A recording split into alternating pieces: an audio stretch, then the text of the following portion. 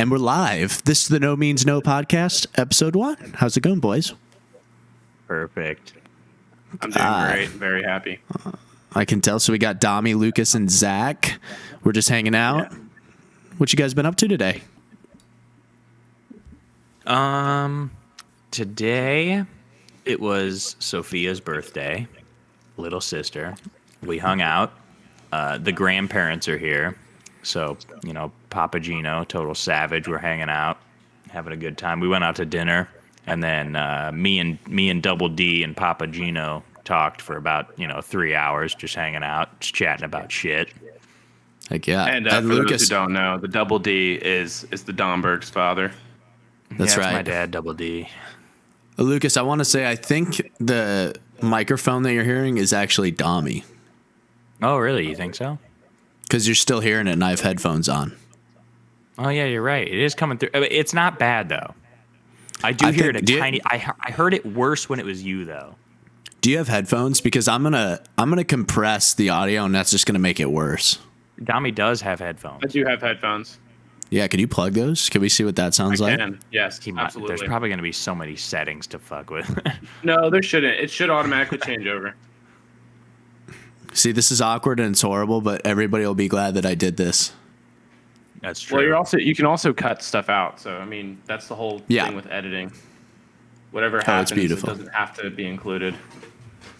I mean, we're just shooting the shit. Yeah, we're really. This the whole point of this for me is just to hang out. Like honestly, it should be just like you watch old Stern Show clips and stuff, and like he is just relaxed. He is just hanging out. Immediately switched. We're good.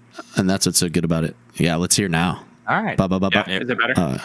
Yeah, it is. I think it worked great. Do we still hear any echo? We're perfect. No. Nice. Yeah, no, it sounds great. Perfect. Dude, so the new Steel Panther album came out today. I only had one listen through of it, but it's super funny. It was so far like hilarious. And I'm in the gym. I'm in the go gym ahead. trying to fucking like squat, getting under the squat bar and shit. And I'm like about to get under it and I'm laughing. And the guy next to me, I know he's got headphones in and shit. So luckily he's got headphones in. But I'm like, dude, this guy's going to see me laughing as I'm trying to go like do my heavy squat and shit. I'm like, I should not be cracking up in the gym right now listening to Steel Panther. Yeah, dude. I mean, some of the song titles, let's just pull up the track list, right? Oh, yeah. Yeah, pull it up. Let's pull this up real quick. Dami, have you listened to it at all yet? No, I haven't had the chance yet. Did you see the text I sent at least? Oh, I saw the text you sent, yes. Okay. So you got Never Too Late, and then in parentheses, To Get Some Pussy Tonight. Classic. First single. Friends with Benefits. Pretty good song. On Your Instagram, which is basically just about how chicks look better on their Instagrams than in real life. That was one of my favorites right away. It's super funny. Put My Money Where Your Mouth Is, which is funny. My money is referring to his cock. Oh, yeah. His cock. Of course, his cock. 1987, which is obviously about the year, and it's like a really PG song for Steel Panther. I was listening to a podcast that Satchel was on recently, and he was pointing out that he was, and I could tell he was upset. He was upset that they get treated so poorly in the industry. It's like, oh, Steel Panther. Oh, we can't play this on the radio. They're the guys who write songs about sex and drugs and all that. And that's automatic no radio.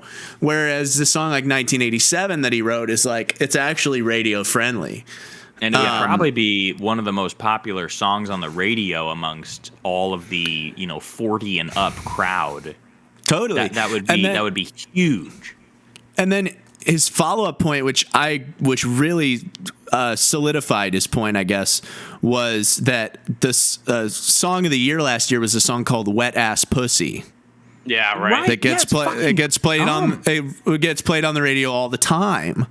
But if Steel Panther uses a word like tits, then they're automatically barred from the industry, not allowed to play on the radio.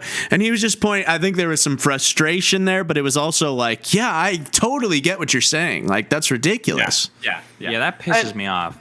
Well, I think it's funny because like a lot of the stuff that they say is like it's a total joke, and it's just like meant as innuendo. Whereas when it comes to like the mainstream industry right now, it's all 100%. That is what it's not innuendo. Like she literally says wet ass pussy. Yeah, it's like the difference between a comedian who's attempting to be funny versus a piece of shit. Yeah, who's exactly. saying what they actually believe. Like, it's like this is guys that are actually funny, writing funny shit, and you're not putting it on the radio, and you're putting what someone actually believes was a good song on the radio. Yeah, exactly. Yeah, and it's all. Well, actually, I think another thing is like, especially like if we're gonna stick with the the WAP song here, that ties into the whole like this is like feminist, like feminine empowerment kind of like crap, whatever. So I mean, whereas if we talk about a Steel Panther song like It Ain't Gonna Suck Itself, it's just talking about like some guy got bit by a snake and you got to suck the venom out at the San Diego Zoo. You're gonna have to. Like, you know what I'm saying? Like there's not anything wrong with that. It's just innuendo, but like like she literally is talking about her genitals. Like, and the wetness and the wetness of said genitals. The moisture of her genitals. It's just it makes no sense to me.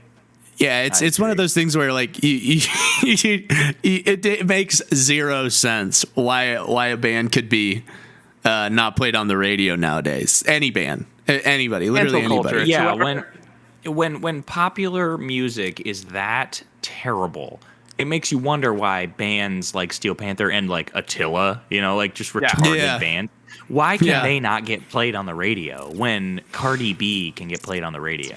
It's whoever conforms to the rules set by the mainstream media. Whatever they want, whatever they like, whoever can conform to that and do it openly, you can pretty much do whatever you want. Mm-hmm. Right. And they just don't conform. Another thing that is worth noting from the interview was they asked, they sort of asked, I think it was sort of in jest. It was like, you guys must save, your bus must be a lot lighter not having to carry all of Lexi's makeup on it now, right? Pretty funny joke. And they were like, do you keep in touch with Lexi at all? And Satchel was like, I don't really talk to Lexi, honestly, because I'm mad at Lexi for quitting the band. He's like, I hold a grudge for a really long time. And he was really upset at him. I was like, oh, that's interesting. That's like a sort of behind the scenes thing. He was like, I think Michael talks to him because Michael doesn't hold a grudge at all. Like he said like one time he fucked Michael's girlfriend and he talked to him like 4 minutes after. but like there was like, that's the thing about Steel Panthers. There's like some truth sprinkled in with the funny. And I think Satchel's mad at Lexi for quitting the band. I never would have thought that. Right? That he quits. I mean, they're a real band. They make funny songs and they joke, but they are a real band. And Satchel started the band, and these are the guys that they've hung out with the whole time. And now he's having to deal with someone quitting the band, and so that's weird to think about. Him being, actually like genuinely pissed. Easy to forget that they're real people because they break character so rarely that when you get a glimpse, it's really they're so good at their roles because it's really hard to imagine that they have kids and that they're dads and that they act.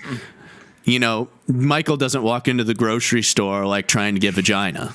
Like he goes to buy food for his kids and like, it's like, it's weird, but like they've always made it clear that it's always, it would sort of be like the most exaggerated version of us. Like whatever, that's what it is to them. It's the most exaggerated, ridiculous caricature of them, of that aspect of them. But yeah, I was a little surprised to hear that. I think Lexi may have a kid on the way, and that was sort of part of the decision making. And I don't know, maybe Satchel's point of view is, well, guess what? I've had kids this whole time, and and we've sort of built this whole thing, and now you're Audi 5000, which I get it. So the next song on the record's Teleporter, which Lucas, I don't know if you want to kind of explain that title. Okay. I listened to the song one time today, Yeah. Yeah. and obviously there's a teleporter taking you out of there. But I can't remember much else in specific about the song. So I think teleporter was in reference to like, if I could teleport you here, what I would do right now. Yeah, I remember Oh, that. that's hot. Yeah. There's a lot of hot songs. I mean, I just remember Magical Vagina. I can't stop thinking about Magical Vagina. It's literally a love song to a vagina. Dude, me either. Yeah, and I'm not even talking it's about so the song. sexy. So listen, so this is Teleporter's lyrics. It's hanging out me on hear a it. double date with my two friends, Skeeter G and Sherry, and their barely legal cousin Molly May. Oh my Don't you know that girl is a fucking cherry? Pre-chorus, happened to be wearing my white pants. I had a fart that turned to shat by chance. Teleporter, take me far away. I don't want to be here anymore. Teleporter, I shit my pants today. Molly May was laughing on the floor. So it's literally about like when you fuck up You get into a in bad front of a group situation. of people and you got to get teleported out of there because it's Give me so the uncomfortable. That's so relatable. It is. I feel like that's a story of my life. You know, I like the situation that comes to my mind is like when you like fart and it smells like ass, and you're like, oh no, it smells so bad. Can I talk to you on the other side of the store real quick? Yeah, I feel like this we is- got to get out of here. I feel like this is a story of like every Mexican's life where they get across the border and they think everything is good and then they finally get caught by Border Patrol and they're just like, I gotta teleport out of here, man. Teleport. relatable? Take me to California. Yeah, that shit was funny. Take me to New Jersey. Right. For real. Sanctuary shit. So then you got "Is My Dick Enough," Yep. which is Dude, a beautiful I ask myself piece. that every day. That's a classic. It's a beautiful question. piece. Yeah, my you favorite get- part was when he's, the snoring comes in. It's like the chick snoring, and he's like, "It didn't even wake you up. Like it didn't even wake you. Like is it enough?" It's so relatable. Every man can relate to that. Is my dick enough? There is Magical Vagina, which we've sort of discussed slightly. Yeah, love song to a vagina. Just a beautiful piece about to a vag, written to a vag. We got All That and More, which is also about a dick.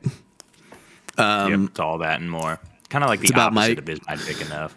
Yeah. Yeah, exactly. It's yeah, you're right. It's sort of a back and forth. We got One Pump Chump, which That one was I funny mean, with the rhymes. Oh, that's awesome. yeah. Oh, dude, One Pump Chump was hilarious. 'Cause I mean, it's literally just about a chick being really bummed out because he literally had literally only one pump.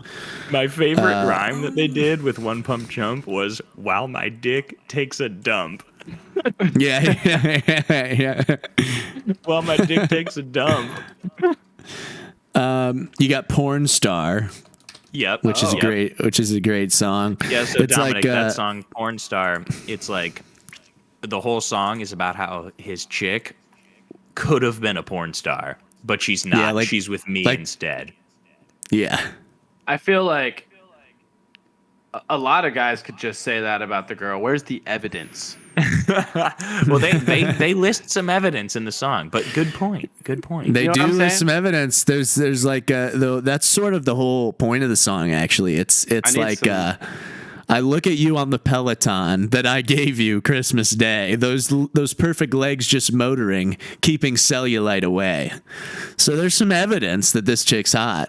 Something about says, abs. Something Yeah, but about I mean, like, here's the thing though. Like, You- a girl can be hot. That doesn't make him a porn star. Like, there's. yeah, but this is Steel Panther. I mean, this chick could have been a porn star. Yeah, oh, so says we you could just have been trust. you could have been a porn star, baby. And let me just say, Dami, they're kind of calling you out here with this Okay. lyric. Since How you're so? kind of you're a bit of a doubter. They said you All could right. have been a porn star, baby. No guy with balls would disagree. Oh, Ooh, okay. So no guy with balls would disagree with them. guys, I'm gonna have to So- agree with them. Yep. You're gonna have to. you're gonna have to unless I don't know you why. wanna- Just all of a unless you sudden, I wanna had this sudden urge to agree with them. Yeah, I mean, unless you want to tell us something. No, I think I'm good. Nothing to All say. right. No, nothing to Heard say. that. Perfect. All just right, gonna and then we drink got this beer. we got Ain't Dead Yet, That was funny. which is just about how they've been doing this so long, getting dirty, and they're not dead yet, but everything's broke. And then sleeping on the rollaway, sleeping on the rollaway too. That was an interesting one. That is an interesting song. It's kind of like only half funny. Yeah, I agree. It's kind of just a rocking song about sleeping on the Yeah. rollaway. How they never really have a house. But we, at the end of I guess the whole point of this is we're going to see Steel Panther soon. On the 6th, which is in what, a week and a half? Yeah, I'm driving in a week from today. I'm driving into Nashville. So we might have to do a live podcast next week. Ooh. A live and in-person podcast next week. If Well- Dominic's here on Tuesday, we could do it. Yeah, I was gonna say I'll be there. I come in Monday morning, so then we'll have the concert That night. Yep. that night. So then after, I'd be down. Do some down to clown. Do some crazy stuff. Yeah, We'll no, get it done. we'll figure something out with it, or we'll just wait till we all get back. Either way, really excited for the show. Got a couple people going that they're like Jack has only been to one show in his life, so it's pretty excited for it. Wait, Yeah. Jack is going? As in dirty. dirty. Dirty Jack. Yeah, that's what I'm talking about. Yeah, Yeah. Dirty Stinky Filthy's going. Dude, no way. We're gonna have to get some dirty together. It's going to be fun. Oh Dirty. yeah, we're gonna get some dirty. me get some Speaking of of that. dirty, Dirty. I'm gonna go grab a beer real quick. Oh, you guys please. carry on. Hey, look, I just grabbed another one. I got my fridge right here. So. I've got this one right here, but I don't. You guys got it made in the shade. The Oh, rest yeah. are far away. I've got nothing else close by. Well, luckily, Lucas, you're a lightweight, so you just the one, you'll be just fine. Well, and I had one at dinner that was a blood orange IPA. I've never had a blood orange. Do you know which one it was? It was. Damn it. No, it was in a Sycamore cup. It wasn't by okay. Sycamore. Okay. I think the only blood orange IPA I know is it's called Raging Bitch, It was not that. and it's got a really like ugly, nasty caricature of like a animated dog on it that's just bleeding everywhere. It's gross. Yeah, mine was not that. Mine was a blood orange, and it was pretty good. It had almost a little too much orange. Yeah, they usually do. The orange is a really strong flavor. It was very strong, and I enjoyed it, but I didn't enjoy. Oh, what do you got there? Naked A River. Naked River Sticky Parts Wow. IPA hazy that Abby got me. That is That's really nice. I might in be Knoxville. naked and sticky. Yeah, Oh, so I yeah. had this blood orange, right? Oh, buddy. That was pretty good. It wasn't the best type. I'd rather have a regular. This session is actually probably a little better. Yeah.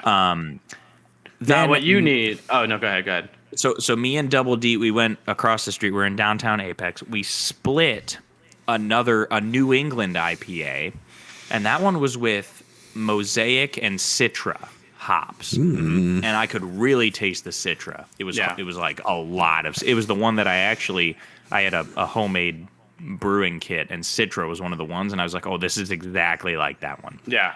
And so I had that. That was like half a beer, so I'm at 1.5.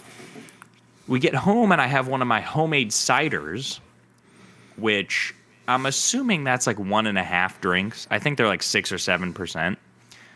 Pretty solid. I mean, They're pretty powerful That's dirty. ciders. yeah. They're pretty That's dirty. dirty. I add a little brown sugar to get a little more sugar into them. Ooh. Yeah, it's good. They taste really good. The How only many of thing those do you have? You should a shit ton. Right now, I have 14. So you're bringing that are some currently in secondary fermentation, hopefully getting fizzy. So I added some sugar to try and get them fizzy. The problem is they don't seem to be getting fucking bubbly. And they taste good, right? I added some artificial sweetener because Yeah. I don't want it to be a fermentable sugar. I want to add the right amount of fermentable sugar and then just the rest of it be non-fermentable. Yeah. And they taste great, but they would taste twice as good if they were fizzy. Can you not do like a CO2 additive to it? So I could if I had the machinery, I could just get a keg, and just pump it in. Just blast it and then close it. What I'm trying to do right now is naturally use the secondary fermentation to bubble it up. Because Yeah. when you first ferment it, it bubbles up like crazy, and it gets super fizzy. And then it dies after a little bit, right? But I add some more regular sugar, granulated sugar. I added a bunch of it. Yeah. And within a week or so, it should be pretty fizzy, but I haven't seen it start up yet. So I'm really hoping that this second batch gets fizzy because it tastes like a Red's Apple Ale. I mean, it tastes really good. If it just gets a little bit of fizz in there, they'll be fantastic. So I had some of that. Then I had 2 old-fashioned style drinks. So I would say right now I'm at about 6 drinks. That's a lot for you. Very nice. Yeah, so I'm doing pretty good. Very nice. Absolutely. Yeah. Dommy, what you been drinking, buddy? Well, I've been sticking to the classics today. Lucas, I know you know all about that black cherry rum. Oh yeah. Yeah, I've been going at Yeah. that, and then I got my mango carts. Mm-hmm. Got plenty of those. I think I'm probably on like number 4 right now, so I'm not going too crazy yet. Dom, I Nice. still haven't had Mango Cart and Big Wave. Bro, I literally could do this right now. Well, if I because wanted you remember to. you and me went to Walmart and they didn't have it And they didn't have it multiple times. because Walmart sucks. We blew it. I mean, we had a We whole should have went to semester. Trader Joe's. That's what We had a should've whole did. semester and you and I didn't have a beach bum. No, I just had one like 3 days ago. But I'll tell you what, we both live on the East Coast. Yeah. We need to go to the beach. I mean, we could. I don't know when we're gonna do that though. You understand that summer times are like my impossibility time, right? Oh, wait a minute. Oh, we have a magical guest. Wait a minute. Oh my. Wait, it's Double D. Oh my god. Legend. Check out the mustache. Check out the beard. Oh, it's nice. Oh, it's That is nice. the most You see amazing it thing curling up? You see I've it ever curling seen. up? Yes. Oh, it's nice. That's insane. What do you want to say, Double? I would just like to say that you guys are all awesome. I love Dominic. I love Zachary. I love Lucas. Oh I yeah. love my mustache more. Yo, I might have to second that.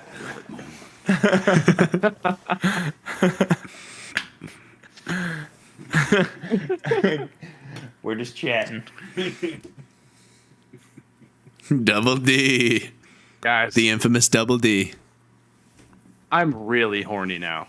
Oh god, That yeah. mustache is crazy, man. It literally, that shit curls up, man. Oh my goodness.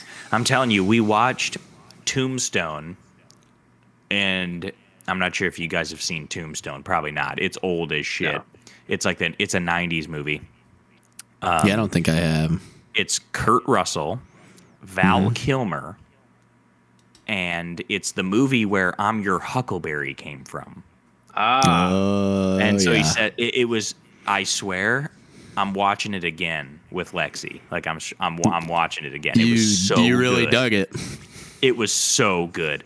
Val Kilmer, he's got tuberculosis the whole time. So he's sweating, he's dying, but he is the fastest fucking shooter in the whole movie. Like no one wants to fight him, right? And Yeah. Kurt Russell is showing up for the fight. He's going to fight this bad guy at the end.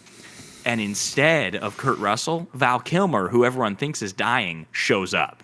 And he says, Oh. he says, "I'm your Huckleberry," and he fucking shoots him shit. right in the head. It Oh, was wow. fucking badass. I was like, dude, that was badass. That's cool. So Dan's growing the mustache. Eventually, when I can, I'm gonna do mustache beard here for a little bit and be Val Kilmer. in- so Oh, you yeah. mean like Doc 40 Holliday. years from now? Yeah, in a couple years, 5 40, years. 40 at least. In 40 You're like years. 80. When the hairs turn gray and you can see them better than the blonde. Yeah, when I go gray, it'll be perfect. I'm telling you, So, Tombstone you Dommy. should watch. Dami, I heard you got thrown out of somewhere recently. Yeah. Why don't you tell Yeah, me we- about that? So we got thrown out of Wells Fargo Center at a Carrie Underwood concert of all things. And how does that It happen?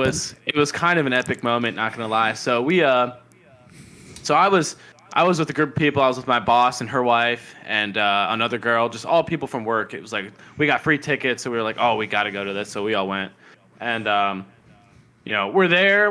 We have some decent seats, and we're like right by the aisle, but like there's these seats that are right in front of us, and we're chilling, everything's fine. But these ladies that sit right in front of us, like one of them's wearing earmuffs, and then the other one just like, I mean, She it was had vaginas on her ears. dude, full on, just vagines, both ears. It was, I mean, dude, Nice. like she walked by and just everyone's looking up, staring like, what is going on? Dude. So she, What's up with your ear muffins? no, seriously, no, yeah. So I don't know, but it was weird, dude. It was odd. So she sits in front of us. She got her daughter with her. They're like, she's real old, so her daughter's older. Her daughter's probably like in her 40s or something like that. And they're sitting in front of us. Oh, that's old. Look, that's I said that's pretty fucking old. That's what I'm saying. They were old as hell. Like, yeah, this lady had to be like close to 70 or something like that. She was old. And so like, my group, we're having fun, Carrie Underwood shows up and her lips are massive. So she totally went through some type of like Botox or something like that. So we're looking at you, we're laughing, we're having fun or whatever. It's loud as hell in there. Even if they did hear us, I'm telling you, dude, like, I mean, like, it was like they were massive. Pretty Massive. horrendous. And we're laughing about it. We're having fun. We're joking. We're talking about it. And this lady right in front of us, the daughter, just turns around and looks at us and goes, "Why don't you shut that F up?" And we're like, "Oh, is that how this is gonna be?" We didn't care. We thought it was funny that she was mad. Like, but so whatever. We literally didn't even acknowledge it. It keeps going. Sounds like the she was show's being a going. bitch. No, she was mad as hell for no reason. And her mom is just sitting right next to her with the earmuffs, just like this. So angry, like they were just I like angry my for ear no muffin. reason. Said, "Why are they staring at me? My earmuffs are hot." I don't know. So Somebody should design that. Just earmuffs that look like vaginas. There's a couple You should muffs. be like, I got my muffs. so as the show goes on, like periodically, like every like 20 or so minutes, like they just kind of keep looking back at us and like just tell us to shut the F up and that we're being rude and like all that kind of Damn. stuff. And we're like really not even like doing anything. And we're minding our own business. We're not talking to them or we're not talking about them. I don't know. I think she thought we were talking about them. I don't know why, but I mean, she was very, very visibly upset and verbally upset. So come the end, it's on the last song. And we're like, it's the emotions are high. Like Carrie Underwood's voice is unreal in person. It's just so powerful, and she's like, she's letting it go, and she's got the whole. Everybody crowd. says she's good. It was unreal. She's got the whole crowd like by the balls. I mean, it was so. I wish. Oh. So we're like halfway through the song, like the last song. No of the entire words night. necessary. And one of our so the two ladies right next to those other two ladies there was just a couple others like some, and they left. They were, I guess they wanted to get out before the whole crowd tried to get out and caused like a whole thing. It's tough. So they got out of there early, and or maybe they were annoyed by the freaking earmuff girl sitting next to them. Who knows? But they left. So one of our group went and sat in one of those seats so that she could get a selfie of all of us together because she's right in front of us that Oh way. boy. But I guess earmuff lady and her daughter did not take that well. I guess they thought we were. You can call her muffins from now on. I like Muff, that muff. idea. Yeah, You can call her whatever. Yeah. muffins. I like it. Well, listen. Well, look, Muffins was really unhappy that one of our friends sat down in the same row as her. Wasn't even in the same seat, but was in the same row. She was very unhappy. So while our friend's down there trying to take a picture, Muffins gets up and like pushes her out of the way, trying to get out of the row, and then comes and sit next to me where my friend was sitting. Now, again, we don't care. We think that she's just, like it's obvious that they had orchestrated this whole thing, like that they thought that this was going to make us mad. I don't know how. We just ignored it. And I guess that was the wrong thing to do because the daughter got so upset that we ignored it that this lady sitting next to me now just kind of was looking at her. She's real unhappy. She's so mad. Muffins was ready to kill somebody. So I guess her daughter was mad that we didn't give the reaction that she wanted. So then she just gets up, turns around, and just goes, "You know what? F you! Like, screw you! You guys are the worst people!" And she's like cursing us out, freaking out on us. She gets so mad. And then my boss and her wife next to me, they get up and they're like, "Hey, like, whoa, what's going on? Like, I don't know why this is happening. Like, we didn't do anything. Like, you're just mad for no reason." And the lady just like sticks her finger right in my boss's wife's, like her face, just sticks it right up on her forehead. And it's like, she like, no, literally just puts it right in her forehead. And my boss's wife was not happy with that. So she like grabs her hand and just pushes it out of the way. She's like, "Don't you fucking touch me." And then it turned into this whole thing, and now they're going at it. I'm like getting in there trying to like hold him back. I'm like, whoa, we don't need to kill nobody tonight. Like, this is bad. Now Earmuffs is next to me, going like this is your fault. You should have grabbed them and controlled your people. I'm like, blame the Mexican. I know, always blame the brown guy. This is racist. So racist. Yeah, look, so like this goes on for like a whole minute. Security is like out of sight. No, like I don't know what's going on. Security finally sees something going on. So security comes up. There's like 6 security guards, and they're all like surrounding us, trying to get in between everybody. They want to get rid of, like, they just want to like diffuse the situation, whatever. So my boss and her wife, they're like, "You know what? Screw this. Like, let's just get out of here. We're on the last song anyway. It's not that big a deal." So they go down. I follow them out, and we go out the tunnel, and we're looking back. We're like, "Yo, like, where's Ariel?" Ariel was the other girl with us. We're like, where'd she go? She wasn't with us. So we're like, oh. So I'm like, all right, I'll go back and get her. So I go back up there, and Ariel's still sitting there in that seat, surrounded by like 4 of the security guards. And she will not get up, and she's like cursing not even like, she's very upset. You could tell. And I go up there. I'm like, "Hey, like, like, we're just gonna go. Like, it's not that big a deal. Let's just get out of here. It's the last song. Like, let's just go." And she's like, "Sit the fuck down, Dom." I'm like, okay. I sit down. I'm like, whatever. What's going on? So now she's yelling at them. She's explaining the situation to security guards. She's like, "This is their fault. Like, we didn't do anything the whole time." And eventually she concedes because the security guards aren't having it. They're like, "Look, we saw this. This is your fault. You need to get out of here." All that bullshit. And she goes, like, all of a sudden, there's this change of heart in her. She just goes, "You know what? You're right. I'm good. Let's get out of here." I'm like, "Oh God, what's going on?" So she gets up and she's just like real happy now. She's like totally like conforming. She's like, "I got you. Yeah, no problem. Let's get out of here." Gets up and goes right by those ladies. And as she's walking by the ladies, she just turns over and goes, "F you. This is your fault. You should have been the ones getting kicked out, not us." And then she spits in both of their faces. Oh my God. Knocks the loogie right on them. And then walks out confidently happy. Now, like, the security guards, like, right before all that, they were just there. They're just like, "Oh, this is like, an inconvenience. And we wish you didn't have to deal with this." Once she did that, it turned into like this huge. Now they're grabbing her. They're like, "We need to go right now." They're all like really pissed off now, like forcing her out of there. So now I go out. I'm telling her, I'm like, all right. I'm talking to my boss. I'm like, it's really bad. She's like, "What do you mean it's really bad? Where were you? What happened?" I'm like, "She spit on them." She's like, "No, she didn't." She might have hocked a loogie in their direction. So we all got kicked out after that, and honestly, it was kind of an epic moment. Like, kind of worth.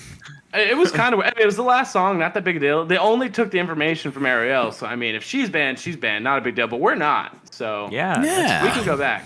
But we got kicked out. You look like every other Mexican I've ever seen. I mean, they're not going to notice you and be like, "Oh, there's the guy." Totally. When security came over, if they're just like, "Is there a problem over here?" I'd be like, "You're damn right there is."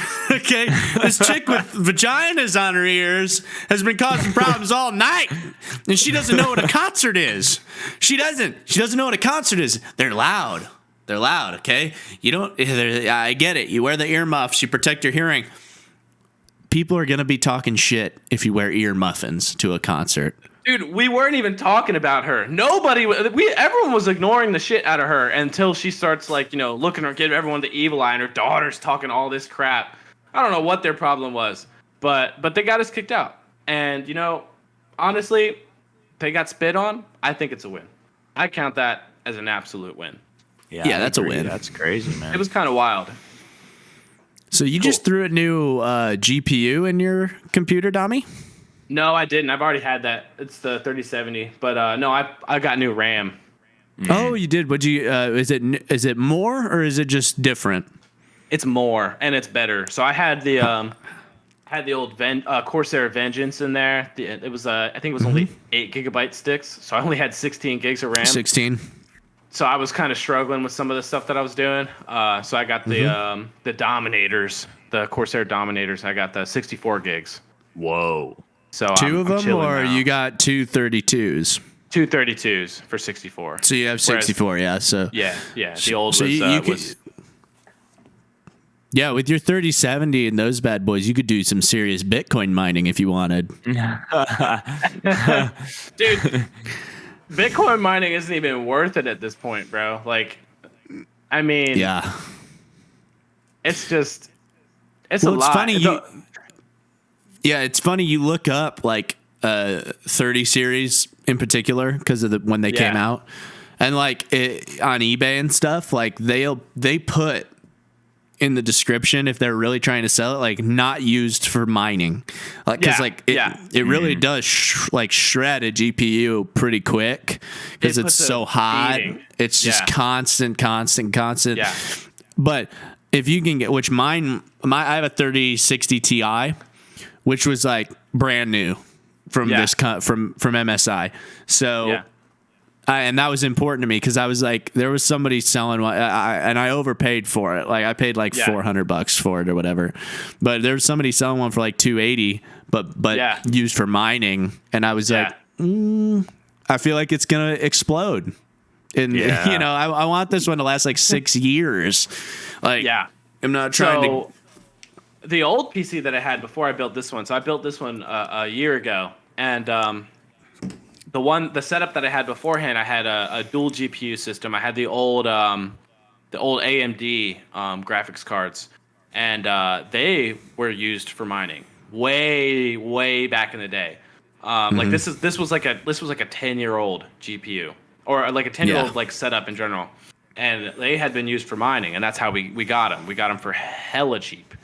I think it was like both GPUs together, it was like $300 or something like that.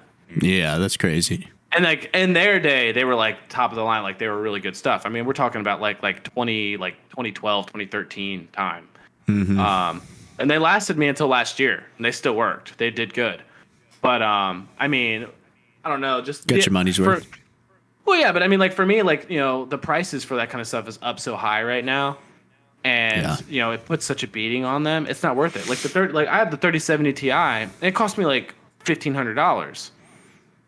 Yeah, I don't want to beat on that thing. expensive. Yeah, I want that thing to last as long as I can. Yeah, I mean, I currently have a 2060 Ti. Yeah. 20. Yeah. I think I might have a 2080 Ti. Yeah. No, it's. I think it's a 2060. It might be a 2060, and it runs games really well. I mean, I can still run Warzone, like all that shit. It's a good GPU. Like it works fine, and I'm trying to ride it out, man, because it's bad. Like it's expensive. You have to treat them like a used car. Like literally, you got to get mileage out of these bad boys to make them so worth it. Because I mean, between assholes like our friend Sean's buddy scalping the shit out of them, scalping the shit out of them, and Bitcoin miners back when that was super profitable. See, the thing is, it's not as profitable anymore, so it happens less, which is why like people are finding 3060s and like PS5s and Xboxes in the wild. It's because it's just not. Well, one, COVID's over, so they can start making those chips again. And two, it's just not worth it to mine. Like Bitcoin's down so much. I mean, Yeah, I mean, if you're going to like mine Bitcoin, you're not like, I don't know. Some people might think that you're going to go sit there and mine a whole Bitcoin, which is worth, whatever. I think it's like 22,000 right now or something like that. But it's not how it works. It's group pulling. So they all pull together to mine one single Bitcoin, and you're getting like a tiny, tiny fraction of that Bitcoin, and it takes like forever to get it.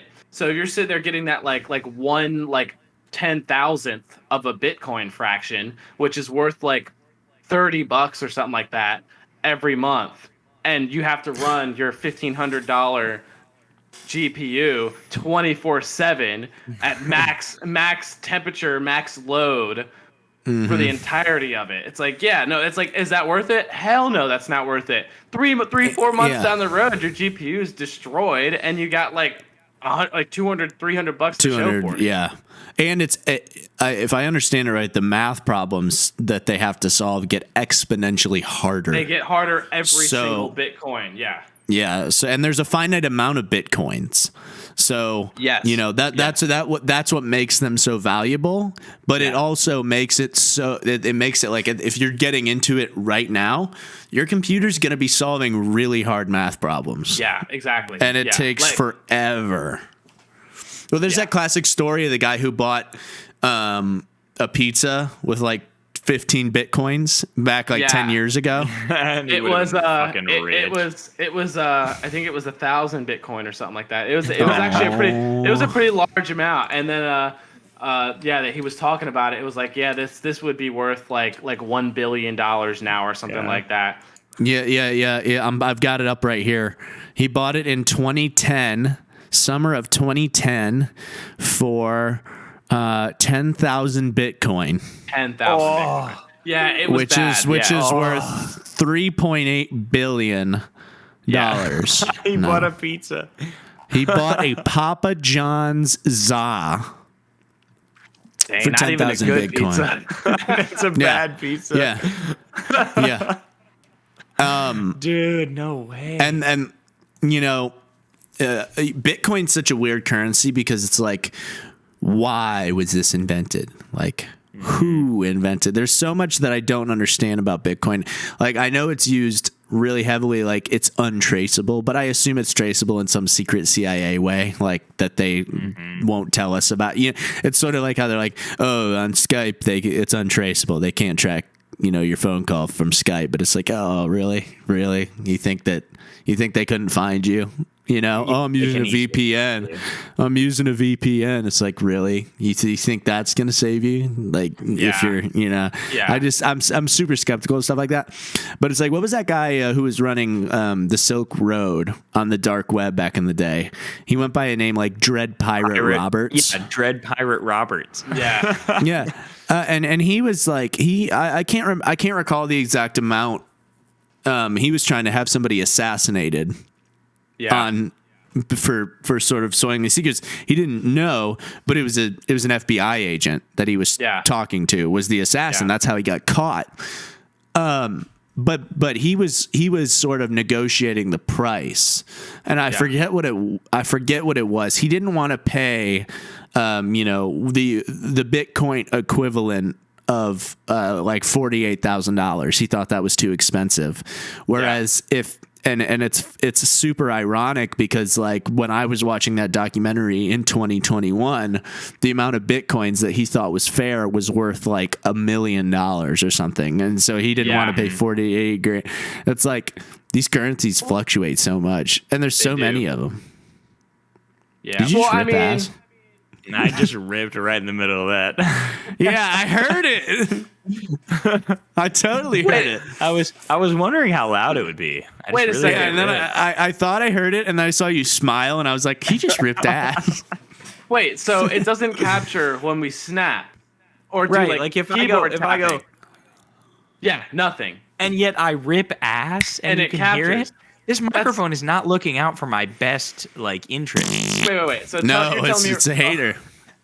So you're telling me you guys don't hear this? No. Do you hear mine? No. No. That's unreal. But if you were to shit your pants right now, I guarantee You would hear I would it. There'd be poopage. There'd be poopage. But if I talk all the way back here, like you guys, I can hear it. but it's not like as pronounced. It just sounds. No, it gets a it's- little quieter. There's definitely less low end. Yeah. That doesn't. I mean, Why is it picking up my diarrhea and yet it's not picking up a freaking snap? Well, what's funny is that Fall Guys video we shot. There's your poop on there too, and like it's super pronounced poopage. Yeah, it's funny. So I don't get that at all. You know what, guys? Hold on. I gotta plug in my webcam here. I think it's gonna die here in a second. So you guys carry on this combo while I do that. you're good, dude. Do what you got perfect. to do. Yeah. Maybe we'll just sit here and talk about you while you do that. Oh, well, he's gone. Oh my. Oh, he's got the dogs out right now. He's walking around. He's got he definitely doesn't have socks on. Dude, that might make this chat gay. So his I- microphone looks kind of blue right now, but I know it's not blue. Are you seeing that? No, it definitely looks black for me. Black and What? gray. Yeah. Oh, there's the dude, dogs. He's pulling can the hear dogs us. out. Oh Here, my can you god! just wait, hold that there. Just I was gonna. Too late, man. Too Dude, I late. couldn't. It doesn't take long. If you would have left it there like another 3 seconds longer, I totally could have rubbed a full one out. It only takes 3 seconds. It doesn't take long at all. One pump chump, if you will. What, classic Steel Panther one punch. Well, no, jump. see now. You know what's funny is there was a kid in school, in grade school, that we called One Pump Chump the entirety of the time in that we knew grade him. school. Yeah, like Jesus, I mean, you fro- call him one pump jump in grade oh school? heck yeah, and it was his thing all the way up until we graduated high school. Like I'm talking like 6th grade to graduation. He was One Pump Chump, and he owned it. He was all about it. Like I think he just liked the attention, but we love to make fun of him, so it worked. That's fair. So I think Steel Panther took that one from us, maybe. Oh, I see. We might have to engage in a copyright lawsuit. Or Oh, something you here. think it was like a stolen thing? The one I don't pump know. jump. I don't know. Hey, you know what? Maybe it's okay because I think we stole something from them too. Like, I mean, oh, that was hot. Well, what if I find? Hold on, let me find What? one pump jump lyrics. Steel Panther. Let me see if any of this connects with you. All right, Dami. All right. Let's see it. Let's see. Let me check. Hold on. One pump jump lyrics. I got it right here. Let me see if any of this sounds like a copyright to you. All right. Let's see it. Let's So see we it. got one pump, I blew my load. One pump and I hit the road. One pump, you didn't get your clothes off. One pump, now you have to hose off. One pump What? was all it took. Now What? go back to reading your book. Does any of that sound like a copyright? Maybe not anything from us, but I mean, we had some pretty creative stuff to say. And I will say this though, he didn't help himself out though, because he was also for a time, I mean, the whole school knew about him for a little bit because there was this girl that he hooked up with, and she was slobbering on his schmeat, and he never gave her warning. And just blew a whole load right down. Yeah, and she was not happy about it. Also, because it was way faster than anybody ever thought it would be. So she had gone around and told she was telling the whole school this thing, and he had told us the night of.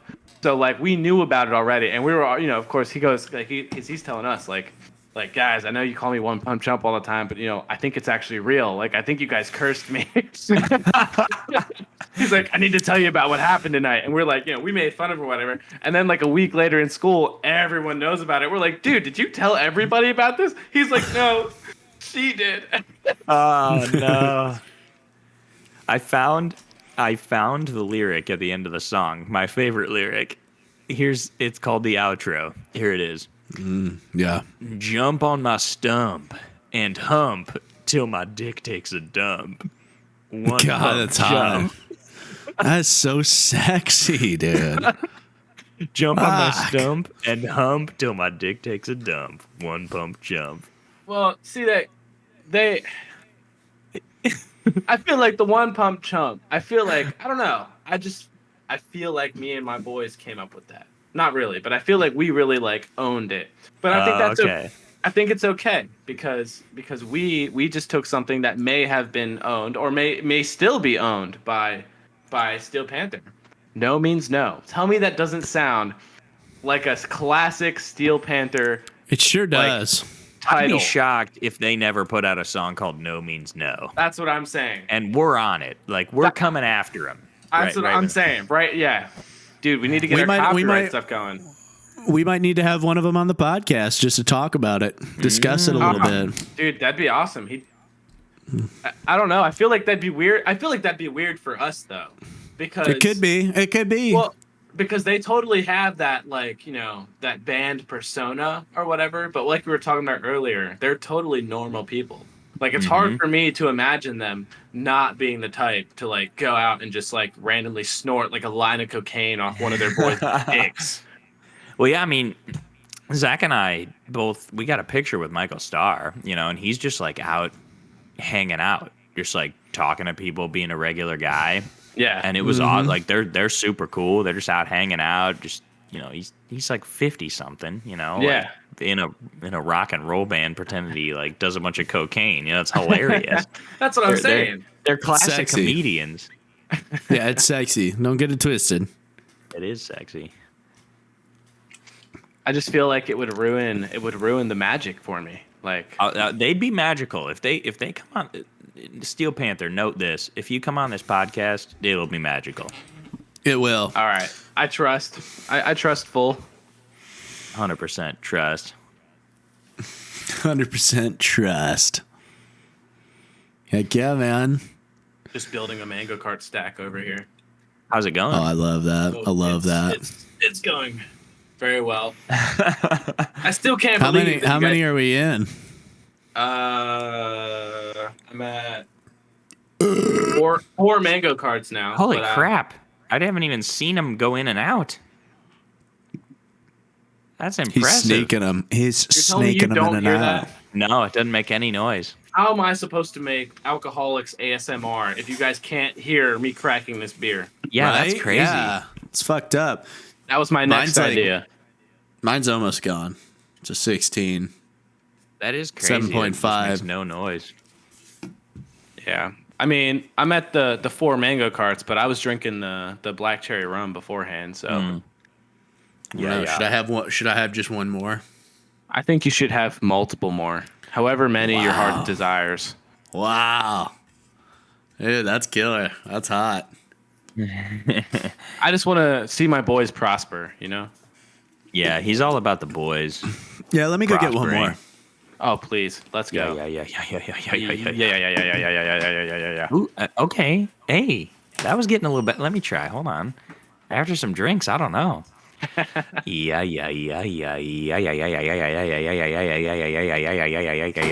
See, it's not quite there. See, now, two things here. Number one, the alcohol gives me superpowers. Okay. Number two, Okay. I totally don't practice this like every day. Trying to See, get for better at me, it. the alcohol makes like I lose full control. It's all about the tongue movement, Yeah. and I have less control over my motor function. So it's Well, like the you also get hammered a lot faster than I do. yeah. So I'm a little bit. I have a little less control. So I And can't you've control the actually- right now. Yeah. That's still pretty good. It's decent. I can't feel it though. It's not full control. It's still better than mine. And you've had more drinks than I have. But I I had practice. some- I do. I I'm had some trying. bourbon. I mean, here, let me get one more good swig. We'll try it again. Yeah. Give it one more go, and then we'll see what Zach has in him after at that 16 ouncer. Two All right, all right. 16ers.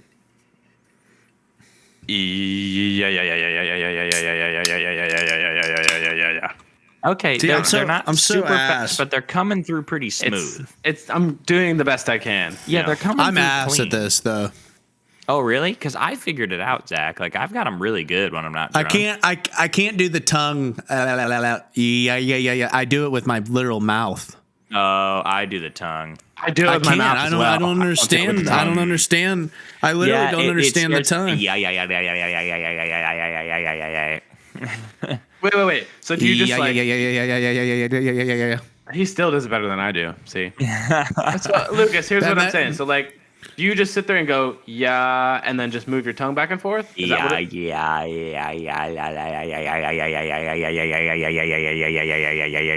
Yeah, kind of like.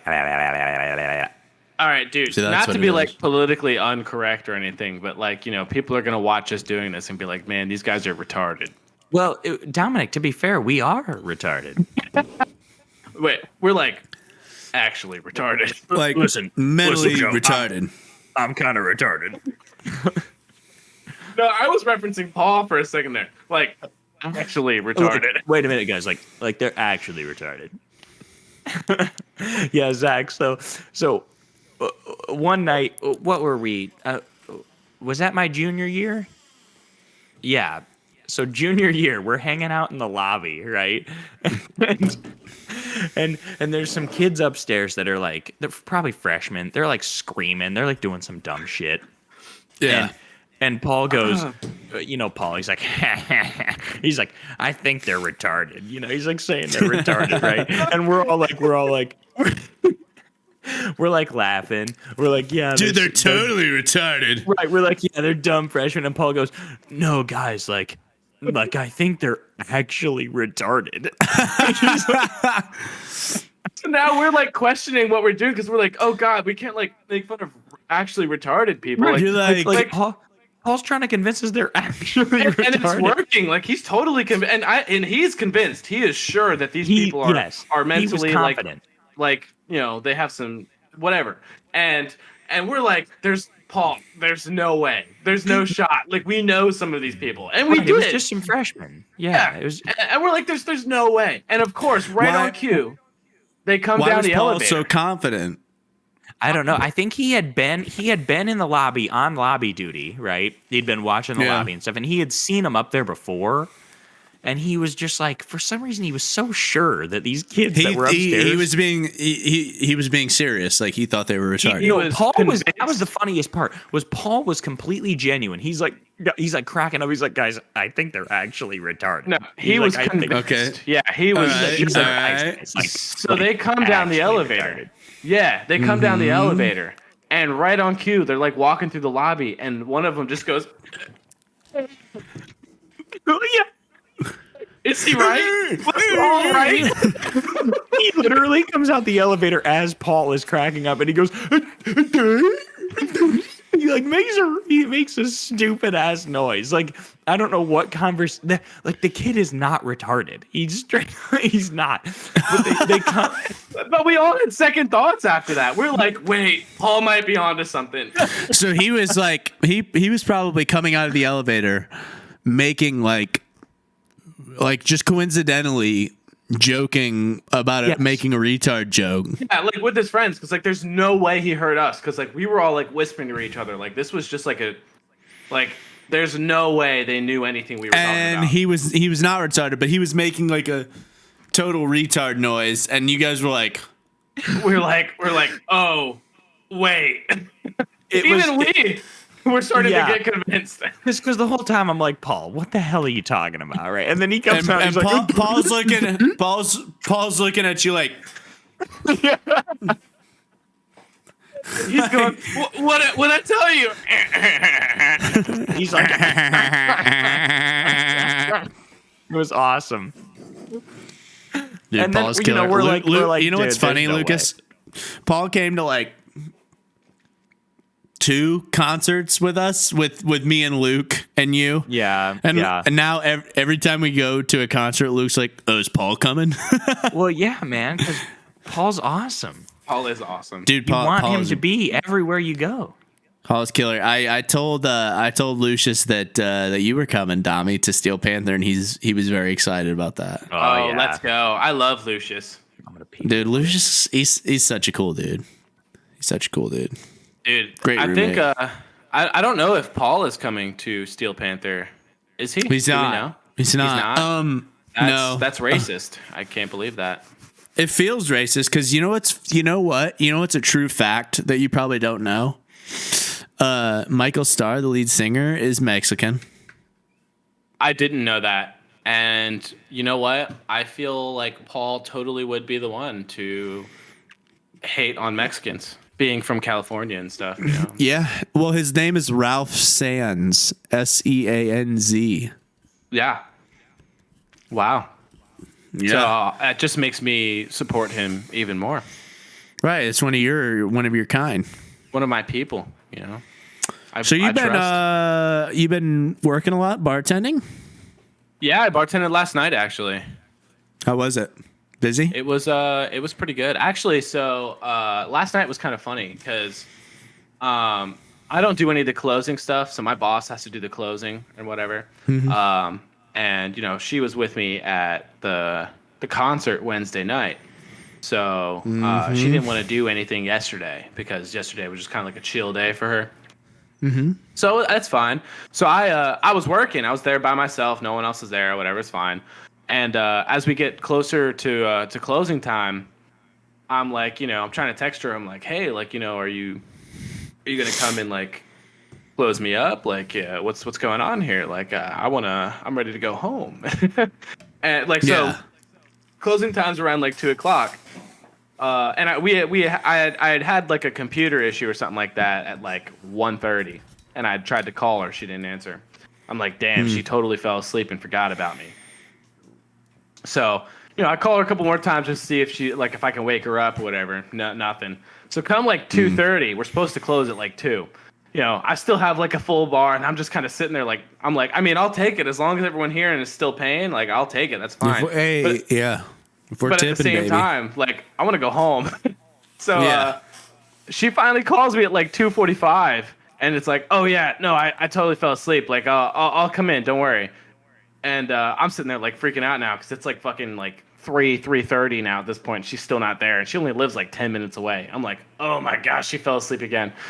So annoying, I'm like, dude. and I'm like freaking out because like I was supposed to go to work today this morning. People don't understand that about serving and bartending. Like, people have this mentality like, oh, dude, I know you're closed. Don't worry, I'm tipping good. It's like, dude, you can suck my huge cock.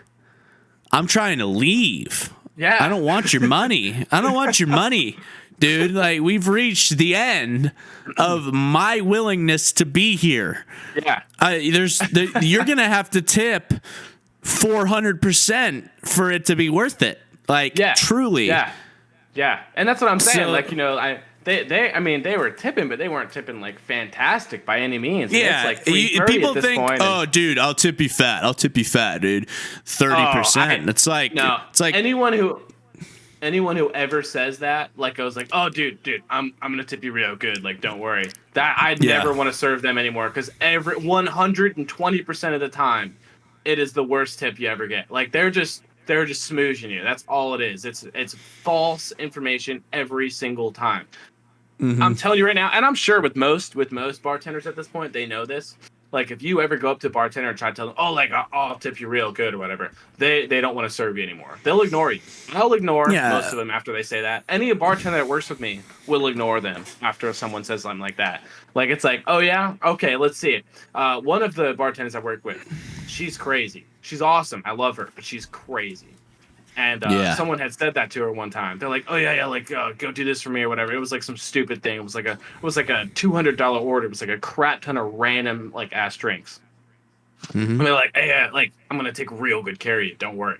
So she does all of that for them, and then afterwards they give her like a $5 tip on like a $200 order, and she's like, "Oh hell nah!" She's like, "I'm not having this." So she's sitting there right up front. She's like, "Yeah. Are you for real right now?" She's like, "Are you effing for real?" She's like, this is not taking real good care of the bartender. She's like, "Is this really what you think this is?" She said, "If this was you back here, what would you have done if I gave you a $5 tip on a $200 order that took me like $10 or 10 minutes to make?" And and this guy's like a freaking deer in headlights. He's like, He doesn't has know, no idea yeah. what she's like cursing She him out. freaked this She's shit like, out. Yeah. And she's like, if you don't effing change this tip right now, I'm not serving you again for the rest of the night. I might even kick you out of here. So he goes in and puts like a $50 tip. She's like, that's better. I still don't want to serve you again, but that's better. Dude, we You don't care. I just had a table like 2 weeks ago come in, and it was like a 20 top table. I mean, we're talking 20 people. Yeah. All from one company, and it was going to be on one check.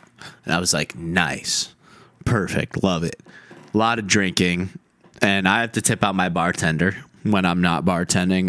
And just serving. I have to tip out my bartender. It's 10% of alcohol sales, but this table was mostly drinking. I think all they got was a couple appetizers. So Yeah. I'm like, okay, yeah, a lot of this is going to the bartender. I get that. That's cool. They're the ones doing a lot of the work. I'm just delivering the goods. They were super needy, and they were there for about 3 hours. They ran up a $400 check, which is pretty fat, Yeah. and they tipped $20 Oh my goodness. on a $400 check. That's like 5%, which is, horrible in and of itself. But when you take into account the 10% alcohol sales I owed my bartender, I owed her $35. Yeah. And so I lost $15 for serving this table for 3.5 hours. So, and obviously, it is a shitty situation, but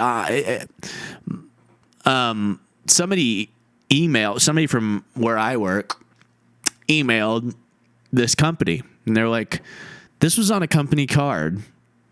You guys tipped 5% on this order. This is insane. Nobody wants to serve these people if they come back in here. Nobody. And he was like, that actually happened. The owner of this company, he was like, oh, I'm going to have a word with them. This will never happen again. And by the way, just let me know how much I owe. I'll make this right. Blah, blah, blah. All this stuff. Because it is a bad look. Like, if it's on your company card, Yeah. it just makes you look like a broke ass company. Like, you can't afford to tip. Exactly.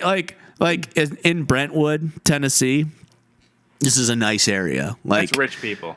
Yeah. it's rich. That This is- is a rich area. The standard is 20%. That's the standard. Like, if it's a company card and you run up a 400, you tip 20%, and it's your job to explain to your boss why it was $400 the next day if that's considered too much. Exactly. So, dude, it was such a weird. And what's funny is, like, I don't care about most stuff. Like, even this, I didn't care that much about. Everybody else, though, was pissed on my behalf. It was kind of funny. Everybody who works there's like, oh, that's fucked up, man. That's so fucked. And they're like being all nice to me. The bartender's like skittish about even telling me how much I owe her because she knows it's going to be more than I made. I'm like, dude, just tell me. It's not your fault. Like, Well, so that's my question is because you said you had owed the bartender more money I than the agree. tips were. So did you have to actually pay that? yeah. Yeah, That's- like you can't go to work and lose money. That's what I'm saying. That's unreal. Yeah, like I feel like the That's- bartender should have been like, hey, like that's fine. Like don't worry about it. Like I get it. Like this sucks for both of us, but you shouldn't have to lose money because Yeah, of if they don't tip enough, you don't lose money. yeah. Well, I feel like it's more. That's insanity. Yeah, it's a weird situation. Now that being said, if I haven't yet, but I might. If I do reach out to, the boss or the owner, I'm sure they would be willing to make it right. I know they have before when something like that happens. I just haven't done that yet. I'm sure they will though. yeah, because that's I mean, wrong. You can't go to work and work for 3 hours and lose money on a table. That's what I'm That can't happen ever. Yeah. Yeah, it's super. Yeah, it was a super unfortunate situation. Yeah, like at our bar, it goes it's the percentage taken out of like what you made, not what the actual sales were. Yeah, not the Because- sales. Yeah, because of that exact issue, because you don't want them to lose money. And even so, like if they don't make a lot of money, I mean, us as the bartenders, out of respect for the waitresses and the the servers or whatever that work with us, like we're not gonna hold you to that. Like we're gonna be like, hey, like, you know, by the way, like, you know, it wasn't that crazy tonight. You know, like you usually have a pretty good idea of where they're at. Just be like, hey, like, you know, tonight, just like don't worry about it. Like, you know, you're good. Like, we want you guys the bartenders to do well too. better than the servers is the thing at this just because there was an expansion and I think that they didn't really know how to handle that very well, and so like the bartenders genuinely do better than the servers most nights. Yeah, because there's the tip out. They take all the to-go orders, so they get all the tips for to-goes, including online orders where they have to do nothing. Yeah. So that's just like a free $40 most nights. Yeah, exactly. And then and then obviously a full bar, which is 20 seats. You know, and I find that people who sit at the bar typically tip more percentage 100%. wise than people sitting at a table. 100%. You know, but people sitting at the bar are more than willing to tip 50% most of the time versus, you know, you ring up 3 drinks, it's $23, you get a $10 tip. Like, dude, you get regulars. I mean, regulars will tip like 100% sometimes. It all depends. Like, I mean, you know, the people, they come out, they're there to take care of you. It's the whole point. Yeah. Oh, totally. We had one of our bartenders was serving one of our regulars, and she was like just in, you know, chatting with me behind the bar about how she's about to go get her nails done. It's going to be like $75. The guy left a $75 tip and said, "Enjoy your nails." You know, like stuff like that. Yeah. You know, happens at the bar where it doesn't happen at a table. Yeah.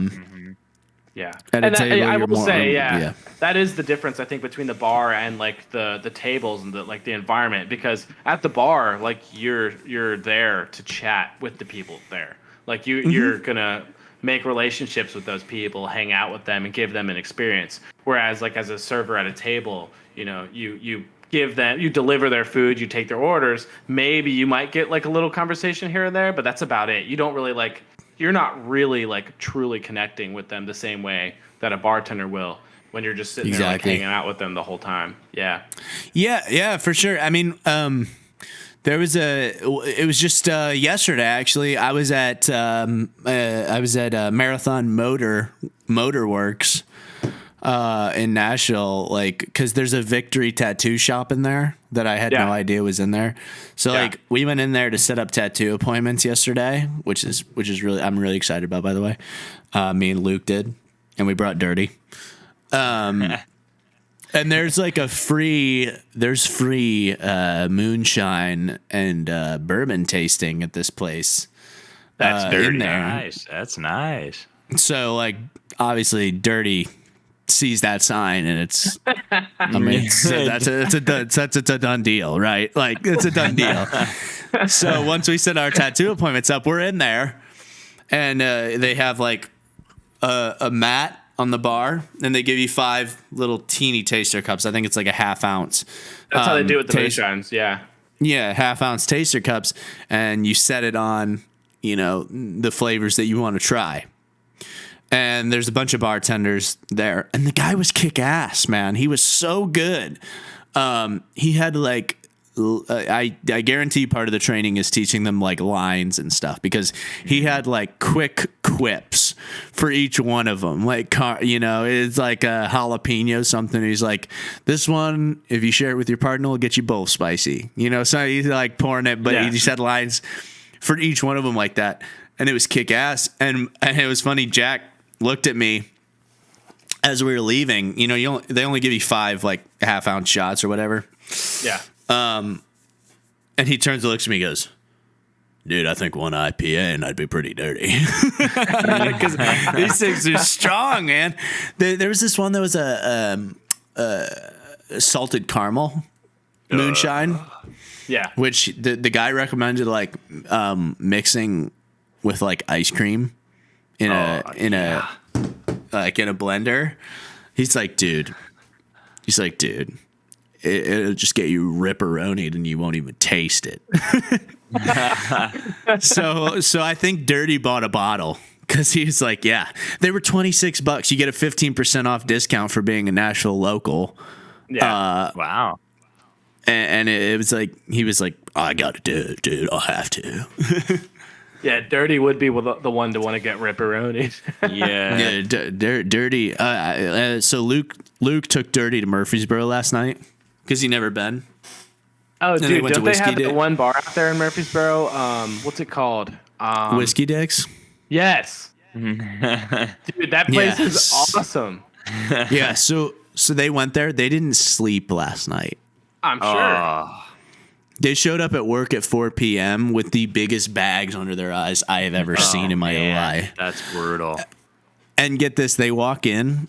We're right by like a big industrial supply company, and they were all in there. There's like they had a corporate meeting today. There's 50 or 60 people coming in. All the tables are full. They walk in. And I'm like sitting there, I'm getting slammed because it's just me and this one other server. And they're like, don't worry, Luke and Dirty, they're going to be here in like 3 minutes. I'm like, yeah. And they're worth about a combined fuck between both of them right now. Like, they haven't slept and they've been dirty for the last, 36 hours. Like, you think they're going to be worth anything when they get here, man? Like, so they get there, and I just see it. I just see it on Luke's face. He's just sees the tables. I'm like, I have to transfer this to you. He's like, I know. He's like, I know. Just not having it. He's just not happy at all. But he's like, I know you have to, but it's horrific. We got through it somehow. But they were dirty. I checked their location. They drove there in one car, but they stayed at different places last night. Oh, God. No idea what they were doing. Oh, man. Oh my goodness. I thought doesn't Dirty do cocaine? He does. That didn't help. Not that I'm an advocate or anything. Just to put that out there. I'm Just wondering if say- it helped. No. Only because in the bar business, you deal with a lot of people that do cocaine, and you Right. see like the instant pep in their step, and you go, "Oh, he was hitting the powder room." If you know what I'm saying. But like, I'm just like wondering because like after a night like that, they'll usually go out, or they'll usually hit like a closet or something, do a couple lines and come out, and it's like brand new people. I think they were just dirty. I'm really curious. Is Luke getting another tattoo? He is, yeah. On his Where? forearm. On his forearm? Like on the outer forearm, like this region. What's he getting? What? Yeah. What is it? Like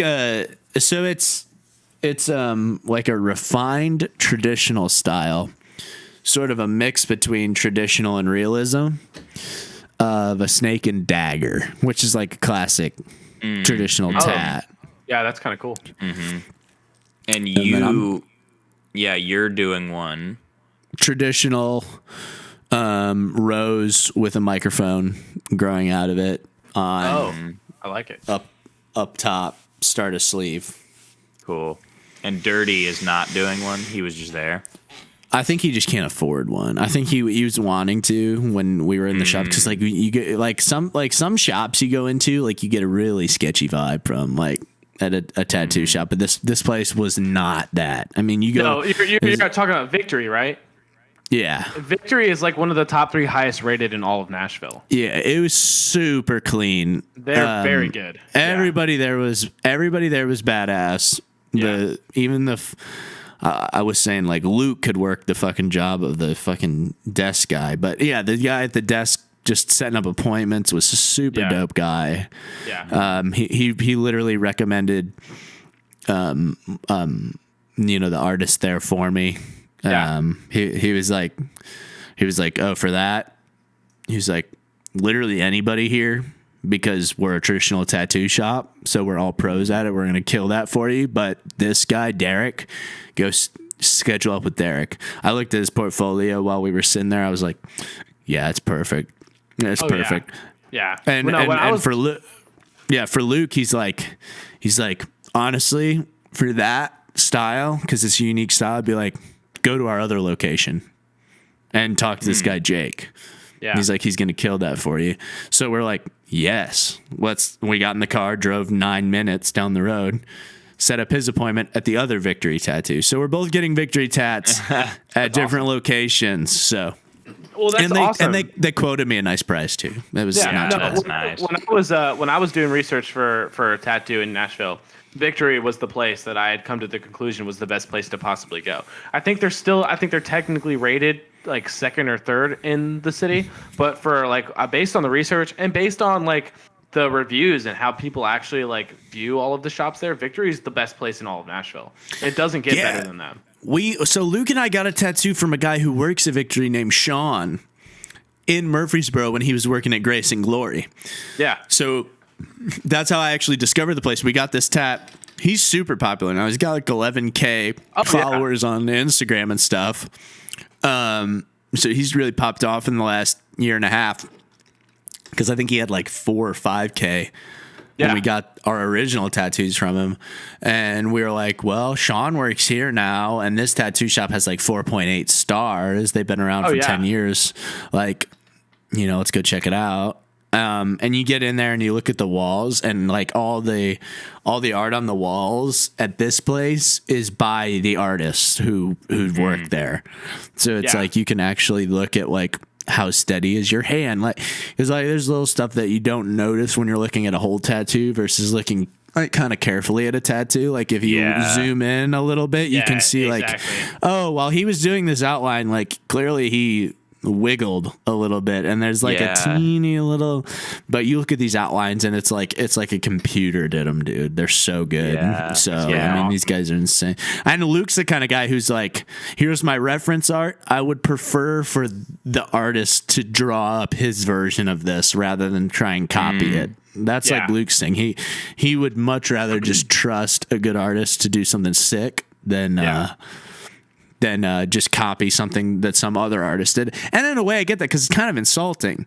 It would be like if I came up to David Bowie and I was like, "Hey, Dave, I'm really stoked on this new Queen album. Is there any way that you can copy this Queen album for me?" Right. It's like Dave's like, I write my own stuff. Yeah. Like, and people really like my stuff. Why am I trying to do somebody else's stuff? So that's the approach that I'm kind of trying to take with this next tat as well, is like, if it doesn't match the reference art, it's like, well, it's a traditional tattoo. Like, I'm at a traditional studio. This guy probably knows what's sick.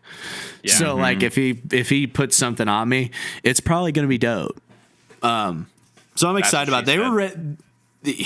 They were ready to do it like yesterday when we showed up. They're like, yeah, I mean, you can schedule it for ahead of time if you want, though. Derek has like 2 hours right now. I was like, whoa. That would have been awesome. You should have done that. I was like, dude, I'm kind of hungover. I feel like this is going to hurt. Hey, nothing to get you out of the hangover like getting a tattoo. Dude, maybe that's like the perfect cure and nobody knows it. Like you brand new thing. Yeah, like you just like totally destroyed after like a night out of getting absolutely just like schmammered, and you're just like, oh, I need to get a tattoo. That'll break me right out of this mess. Like, you never know. Like the tattoo could do it. You just don't know. Time. Yeah, you get the tattoo, and then it's like you know what, dude, I'm good now. Like this is great. You don't know. Luke he says he listens to podcasts while he's getting tattooed, and I was like, I tried that. I cannot do that shit. I have to listen to like bitchin' heavy metal like the whole time, like super heavy. Because it hurts like a motherfucker. It just does. It just hurts like a bit. Like there was like some really long lines on my tattoo where it's like, and he's just holding that one fucking line over and over again. I'm like, I'm gonna kick you. I'm going to kick you if you keep doing that same line. And it's like, no, don't kick him, Zach. It's just like, So I have to listen to really heavy stuff, but Luke just like sits back and listens to. I mean, he's got that huge back tat, so he's very. That's 2 7-hour sessions. So he's very comfortable. Whereas like Sean, who did my leg, it was like an hour and a half, and it's a pretty big piece for an hour and a half. I think this one's gonna take 2 hours. Which is 2 records. I'll probably just put My Chem's second and third album. I'll just queue them up and just listen to them straight through. It'll be about done by the time those are over. There you go. That's not super heavy though. I mean, that's Yeah. Maybe I should put on like Slipknot's first and second album. And yeah. You need turn on Iowa. Turn on self-titled in Iowa. I got the my playlist for working out that I call Run Through Wall. It's the Run Through Wall playlist, and it's got I got tons of Slipknot. Trafton even listens to it, Dominic. I mean, I got Slipknot. I just added the 2 Bad Omens songs. I added Artificial Suicide and Dethrone. Yeah. I love Artificial Suicide.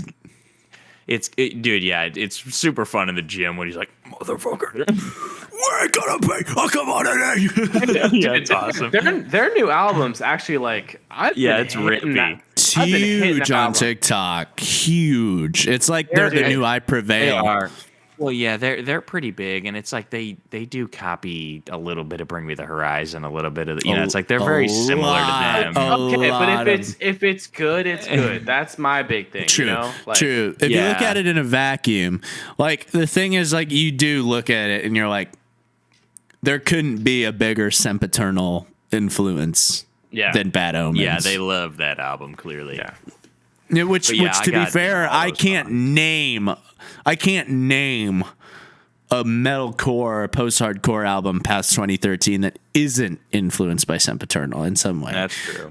Truly, it's one of the biggest metal albums of the last decade, easily. Yeah. So, I mean, that's not necessarily a bad thing. Yeah, I agree. They're pretty creative. They write some, and they go heavy, and then they go with some other songs that are different. They got a lot of variation and stuff. Yeah. So a lot. There are some of their songs that I feel like are still very Bad Omens. Like it's like their own. Like for me, I think so. I love Artificial Suicide, but I think my favorite songs on the album are Just Pretend and Nowhere to Go, and I think those are they're very Bad Omens like type songs. I love Like a Villain. I love Like a Villain as well. I have that also. And then also the freaking, what is it? It's Death of Peace of Mind. I think that title song that's actually pretty good too. I mean, Death of Peace of Mind to me, you listen to a song like And the Snakes Start to Sing, and you really hear that Bring Me influence on that record. But Like a Villain is probably so I love heavy stuff out of bands like that. So like Artificial Suicide is my favorite song. It was also the first single. And really I had heard The Worst in Me and like 2 other songs by Bad Omens. That's my favorite Bad Omens song, The Worst in Me. I listen to that on repeat. It's definitely a radio tune from them. It's a radio hit. It's and just to keep in fairness, it is a total Can You Feel My Heart ripoff. Oh, absolutely. 100%. That like if you look at the comments like of the music video for that, it's like, well, if Ollie ever dies, like that's like literally the comments. It's like we got this guy. So yeah, it's funny. But I actually like Bad Omens more than I Prevail. So comparing them to same. Like I'm a traditional I Prevail hater. I just don't think they're interesting at all. I think that they cater to people who don't like metal. That are pretending to like metal. The exact people that would be like, oh, dude, I totally dig some metal stuff. Like, have you ever heard I Prevail? That's the kind of like. But if you played them, and this is like me totally. I hate metal elitism so much, but I think this is a fair criticism. Like, their stuff is not original in any one way. Yeah. In any one way at all. Which doesn't make them a bad band at all, but it makes them a band that I'm not necessarily interested in because I think that there are other bands that do each part of them better than them. Yeah. Yeah. So like Motionless in White does heavy better than them. Dude, I love Motionless in White. Yeah, They I do too. are so good I think at what they do. Falling in Reverse does rap better than them. Well, I mean, Falling in Reverse does like 12 different genres, all in like They every do. single song. As of like 2019, they do. You know, Yeah. Which is when Falling in Reverse. I guess nowadays that's when Falling in Reverse appeared for most people. Like, that is Falling in Reverse. Is 2019 and onward. For most people, Falling in Reverse is like 8 songs. Like, Yeah, which is crazy. they have so just many put out bangers. 4 albums. You know? Yeah. I mean, yeah, Luke and I kind of discussed recently our Ronnie record ranking, and ours were the same in slightly different ways, but they were the same. It is Dying Is Your Latest Fashion is our favorite thing he's ever done, followed by Just Like You, followed by Coming Home, followed by The Drug in Me Is You, followed by Fashionably Late. Just because Fashionably Late has aged so poorly. Yeah, It's so it did age pretty it's- poorly. It's so cheesy, and it is like that's a thing that happened. This was a 2013 record, and it's weird and it's experimental. But everything on that album is done better in Just Like You. Like, Yeah, I agree. Yeah, Just Like You is like a better version. I would say that for me, after, taking all my long drives recently and everything, I would put Coming Home potentially as my number 1 from Falling in Reverse. yeah, that was what the subreddit's consensus was, the Falling in Reverse subreddit. Yeah, I mean, he picked a style and he wrote a bunch of really, really fun tunes to sing that are super catchy, where it's like emotional, like Loser and all these awesome songs, like Straight to Hell, and like all these super cool songs. It's a that are serious record through, which is something he had never really done. Like, he always had serious songs, but there was always some goofy songs. It's hard to name a goofy song that made the original Coming Home release. The deluxe version included those Right 2 Now and goofy songs. Paparazzi, yeah. They included those goofy songs, but he limited himself on the actual release to the 2 serious, or the 9 serious songs, which was something he's never done. And like, I still listen to The Departed, Departure, and what's the song where he talks about how he's just like his mom who left him. I don't mind. Like, talking about how he feels like he's just like his mother who abandoned him because he's always on tour and never sees his daughter. Songs like that where you're like, oh, like Ronnie's got such a God complex that people really. Oh yeah, yeah. People but are he's still so real though, like, because he still talks Yeah. about like stuff that's actually happening in his life and how that like affects him and his family and stuff like that. And I respect that. I do, even though he's like crazy, but like. Yeah. No, I do too. Respect that, and I like what he does. Also, on that note, I'm going to take my chance to finally hit the Lou. So, oh, you hit that Louis. Yeah, I mean their records are fantastic. There's been some beef with Chris Motionless recently, huh? I mean, I guess it's a very one-sided beef, but it is a beef we should probably talk about. Yeah, it's pretty weird because it's like. And most of this happened, what, 8 months ago? I don't know when it was. Yeah, so I guess the band. So I guess, could you lay it out since you have a decent timeline or a decent understanding of what happened? Well, I think what happened was there was some sort of drama with We Came as Romans on Motionless in White's tour. This was the Trinity of Terror with Black Veil Brides, Ice Nine Kills, Motionless in White, and And We Came as Romans was the very first opener. Was it We Came as Romans that was the opener, or was it Crown the Empire? Oh, was it Crown the Empire? I think We Came as Romans took Crown the Empire's place. Did they? So maybe it was Crown the Here. Empire. Maybe you're right. They're Yeah. hard. They're easy to confuse, those two bands. So Whichever so one it was. Crown the Empire is replaced by We Came as Romans after they got kicked off on Okay. August 10th of So 2022. Crown the Empire gets kicked off by essentially what Ronnie says, by Chris Motionless. He says, which I "You think can't is be on our not tour." true. I think what's true is that all three bands kicked them off the tour. Yeah, you wouldn't think it would just be just Motionless and White. They weren't even the biggest. All three of them were the same size, if Yeah, not so smaller. yeah. So but the reason Ronnie blames But the reason Ronnie blames Motionless is because they are the ones who have yet to apologize. Yeah. So basically, there was drama with Crown the Empire, some sort of I don't know Sexual the assault exact allegations. details of an Sexual assault allegation. allegation of their guitarist, from what I understand. Yeah, and so basically they kick him off the tour because of these allegations that turn out to be false.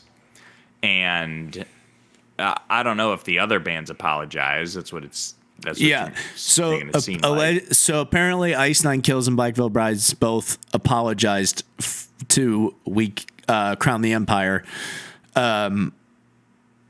for removing them from the tour. It's a tough decision because this is basically their point. That it was a tough decision because if the allegations were true and we took you on tour, that's a really bad look for us. So we had to make a really tough decision that we now regret because we have facts now that prove otherwise, but we are deeply sorry and we hope to work with you guys in the future, was basically the sentiment. And there was no sentiment like that from Motionless and White, essentially. And it's at the point where Motionless may have missed their window to say, Yeah. I'm sorry. Like at this point, it comes off as very PR, insincere apology. But Ronnie has been just roasting Chris for this because Ronnie has seen his fair share of allegations that aren't true. And I think that strikes really close to home for him when somebody is harmed.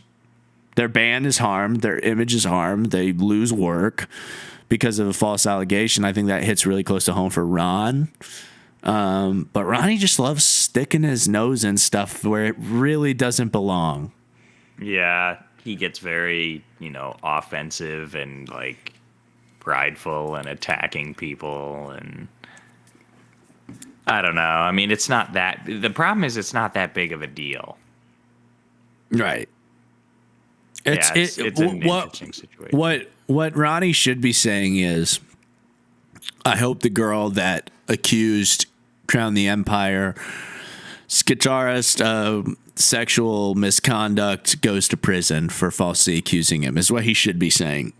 Right. Which is what he said about this Marilyn Manson situation that's been going on. Mm-hmm. Marilyn was accused of sexual misconduct as well. And there's a court in court 2-3 days ago, there were some documents that came out that proved unequivocally that he did not commit any sexual misconduct. And Ronnie was like, this girl should definitely go to prison for falsely accusing a public figure of sexual misconduct for money. And that's what he should have said about this Motionless and White situation.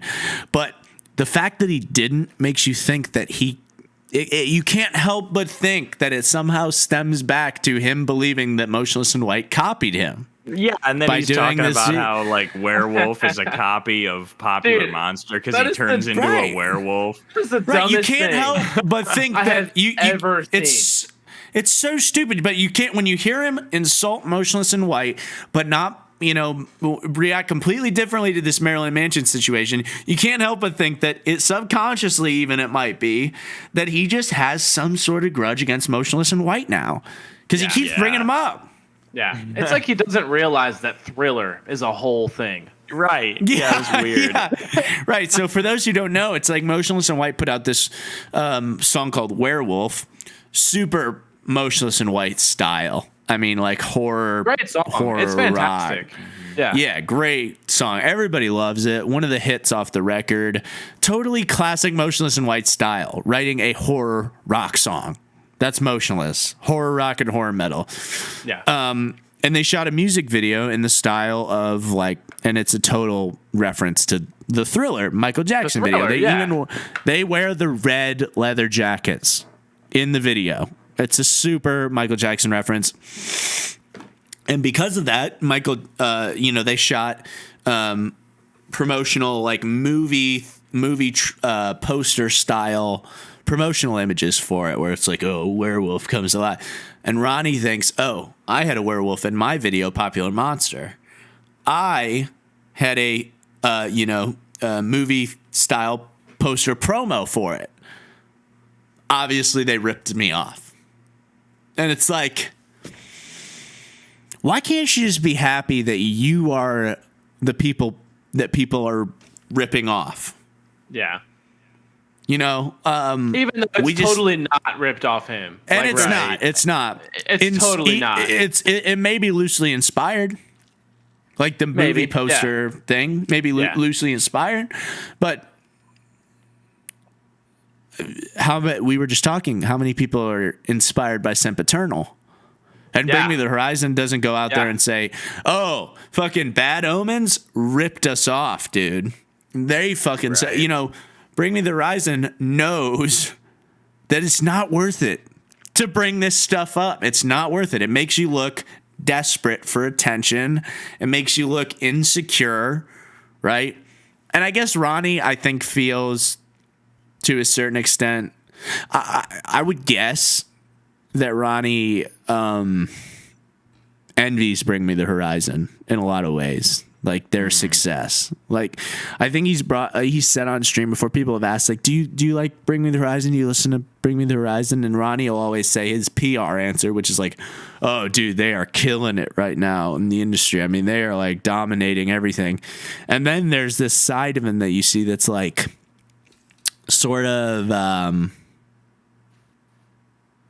I guess he'll say stuff like, it's hard for me to listen or to compare myself to guys like that. It's hard for me to listen and compare to people like that because, we're in the same genre, we're technically competitors in the industry, and it's like, it comes off as like,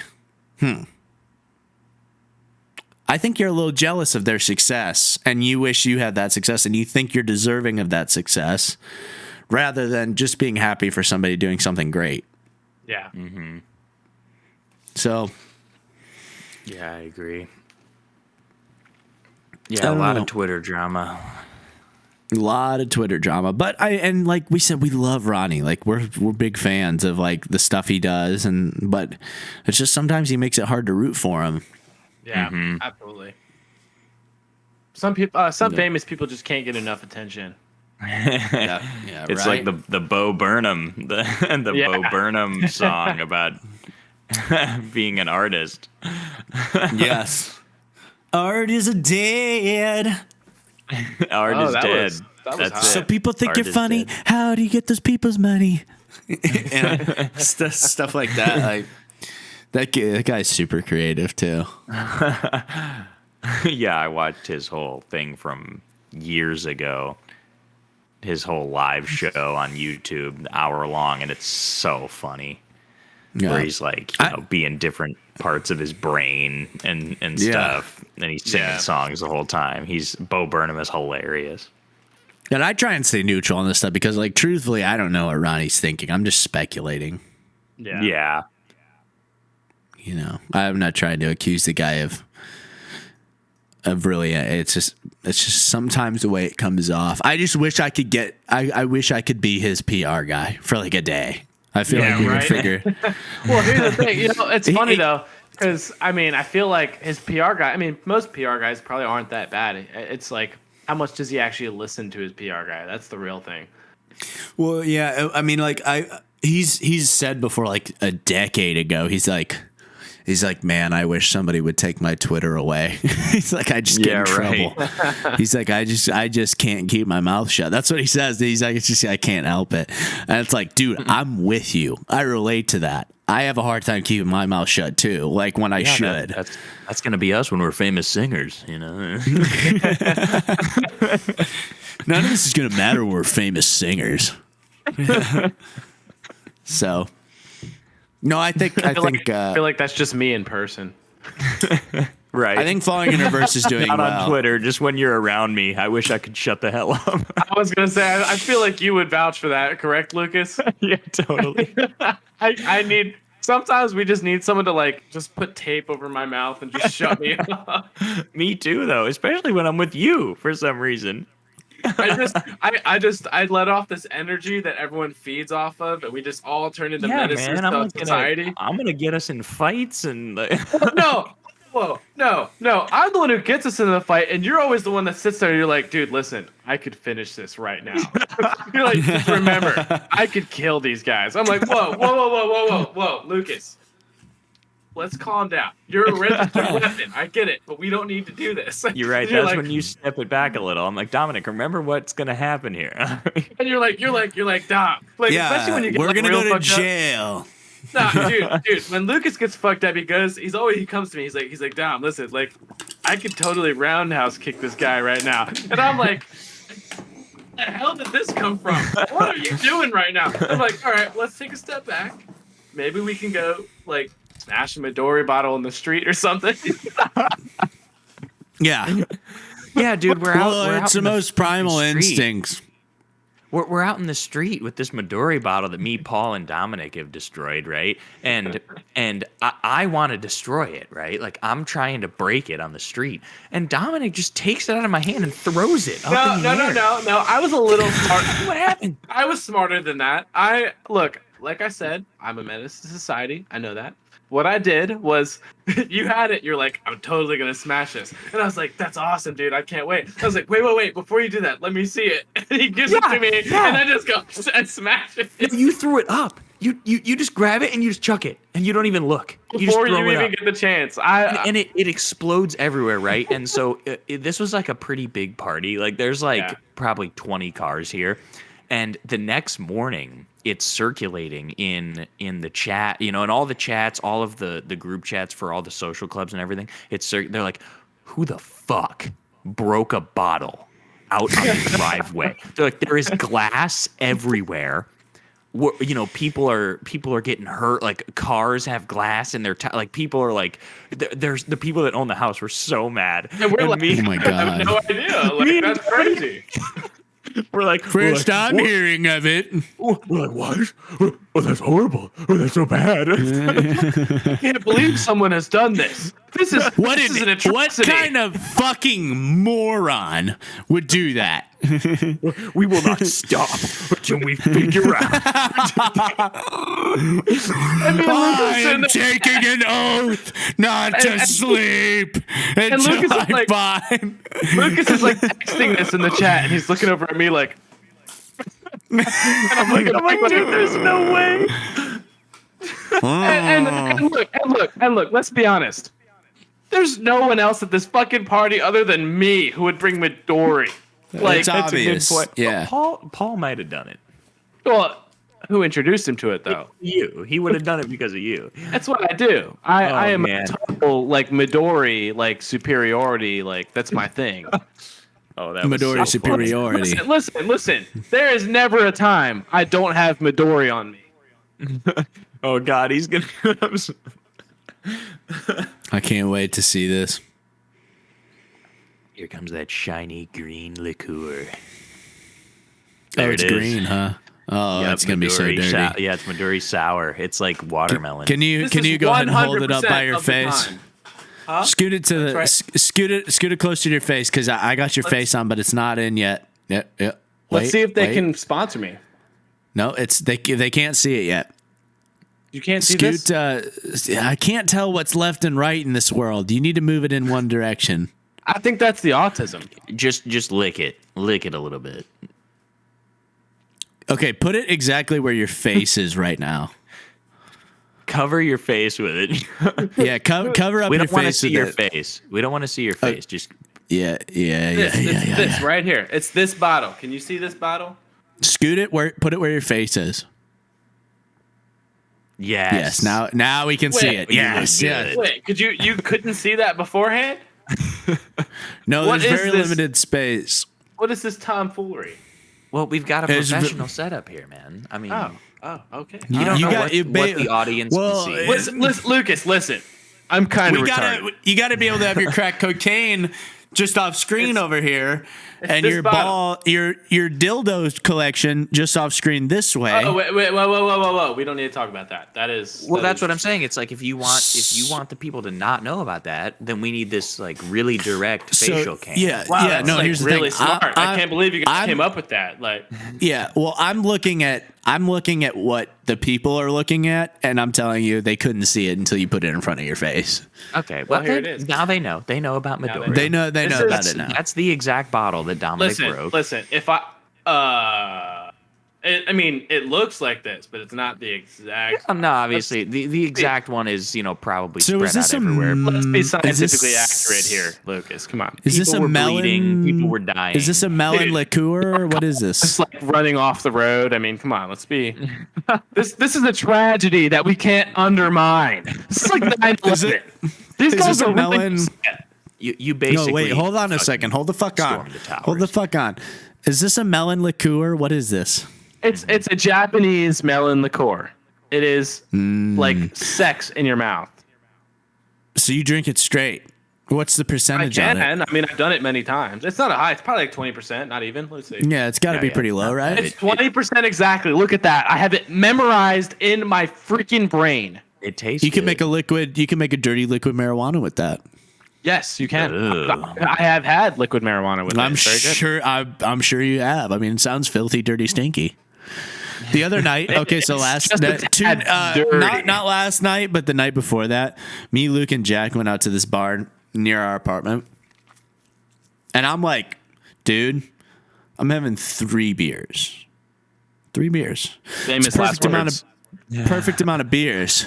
Lucas, how many times have Jack. we said that and gotten Right. absolutely like schmammered? It's like that's it. Just 3. We're done. Just a couple IPAs. Hey, let's just hang out. Let's take it easy. Next thing you know, like an hour later, we're like, All of a sudden, you're hitting women with bottles on the head. Like, So the second we sit down, we each get a beer, and Dirty goes, so if I get 3 shots of Dirty, what's the prognosis on that? And I was like, do not get me 1. Get 2. Get 1 for you and 1 for Lucius. He's like, so if I get 3, I mean, I'm that's like, a real oh, question. I'm with I'm him, like- honestly. I'm sitting there going, what is my answer to this? So he gets Lucius and him 1. He goes, let me get a Miller and let me get a Stinky Dirty. And the girl at the bar goes, what the fuck? And she leans in. She's like, the fuck did you just say? He's like, poopy rippy. He's like trying to come up with a way to explain it to her that makes sense. And she ends up pouring him this fucking shot that she says they used to give to somebody who came in and asked for free drinks. It is equal parts, all of these things. Rumple. You know what it Mints, was? Oh, okay, yeah. Olive juice, pickle juice, grenadine, blue carousel, and Diet Coke. All things I love, but not together. Yeah. So that's a dirty poopy or a filthy nasty. And Okay. she's like, I'll give it to you for free. It's on the house. And he's like, I gotta try it. He's like, I gotta try it. So she brings it out and she's like, do not throw up. She's like, if you drink You this, can't control do that. not- It's something do that's not- engineered to make you throw up. It was just like if you throw up, you're getting kicked out. Like that was the vibe, right? Like, and he drank it. He goes, and she's like, wow, that was pretty good. And he's like, well, my nickname's Dirty.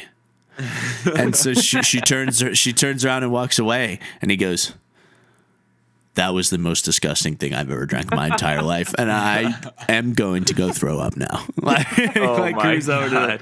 cruise to the Hey, now, see, bathroom. now, Right? when he says it's bad, that's how you know it's bad. Yeah, that's That's how you know it's dirty.